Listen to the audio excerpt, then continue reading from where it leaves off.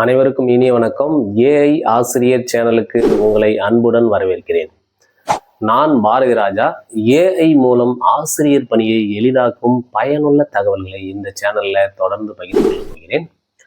காலையில பள்ளிக்கு கிளம்புற அவசரத்தில் ஆரம்பிச்சு சாயங்காலம் பள்ளி முடிஞ்சு வீட்டுக்கு வந்த பிறகும் கூட நம்ம ஆசிரியர்களோட வேலைகள் முடியறதே இல்லை. பாடம் நடத்துறது ஒரு பக்கம் இருந்தாலும் லெசன் பிளான் எழுதுறது, ரேங்க் கார்டு போடுவது, கொஷின் பேப்பர் ரெடி பண்றது, மாணவர்களோட மார்க் ஷீட் தயார் பண்ணுறது, அப்புறம் விதவிதமான எமிஸ் போன்ற ஆன்லைன், அது மட்டும் இல்லாமல் திறன், எண்ணும் எழுத்தும் போன்ற பல்வேறு திட்டங்கள், அது சார்ந்த வேலைகளை செய்கிறது அப்படின்னு நம்மளுடைய வேலைப்பளு நாளுக்கு நாள் பல மடங்கு ஆகிட்டே போகும். உண்மையை சொல்லணும்னா இந்த வேலைகளால் நமக்கான நேரமும் நம்ம குடும்பத்தோட குழந்தைகளோட செலவழிக்க வேண்டிய நேரமும் ரொம்பவே சுருங்கி போயிடுச்சுன்னு. என்னடா இது, ஒரு ஆசிரியராக நம்மளோட முழு திறமையும் மாணவர்களுக்கு கற்பிக்க பயன்படுத்த முடியாமல் இந்த எக்ஸ்ட்ரா ஒர்க்லேயே நம்ம நேரமெல்லாம் வீணாகுது அப்படின்னு என்ன போல நீங்களும் பல முறை யோசிச்சிருப்பீங்க. ஆனா ஆசிரியர்களே, இனி நீங்க அதை பத்தி கவலையே பட தேவையில்லை. ஏன்னா மணிக்கணக்கில் நாம உட்கார்ந்து யோசிச்சு எழுதுற வேலைகளை வெறும் 5 நிமிடத்துல மிக துல்லியமா சர்வதேச தரத்துல செஞ்சு முடிக்க உலகத்துல ஒரு புதிய தொழில்நுட்பம் வந்திருக்கு. அதுதான் ஏஐ, ஆர்டிபிஷியல் இன்டெலிஜென்ஸ் எனப்படும் செயற்கை நுண்ணறிவு.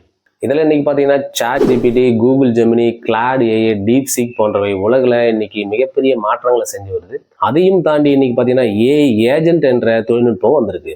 டெவின் ஏஐ, ஆட்டோ ஜிபிடி போன்றவை இன்னைக்கு ஏஐ ஏஜென்ட்ல பெரிய ஒரு வளர்ச்சியை கொடுத்துருக்கு. இந்த ஏஐ ஆசிரியர் சேனலோட முதல் வீடியோவில் இன்னைக்கு நாம எதை பத்தி பார்க்க போறோம் அப்படின்னா, இந்த ஏஐ தொழில்நுட்பத்தை நாம ஏன் கத்துக்கணும், இந்த ஏஐ தொழில்நுட்பம் நம்மளுடைய கற்பித்தல் பணியை எப்படி தலைகீழா மாற்ற போகுது அப்படின்றத பத்தி ரொம்ப தெளிவா பார்க்கலாம்.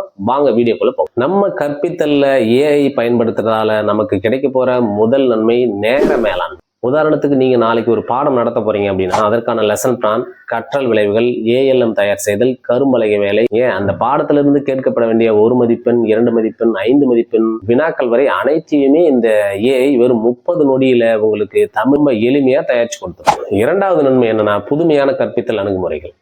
வகுப்பறையில சுட்டித்தனமா இருக்கிற மாணவர்களை கூட நம்ம பக்கம் ஈர்க்கிற மாதிரி சுவாரஸ்யமான கதைகள், நாடக வடிவங்கள், புதிய விளையாட்டுகள் மூலமா பாடம் நடத்தக்கூடிய உத்திகளை இந்த ஏஐ நமக்கு நொடியில உருவாக்கி கொடுத்துரும்.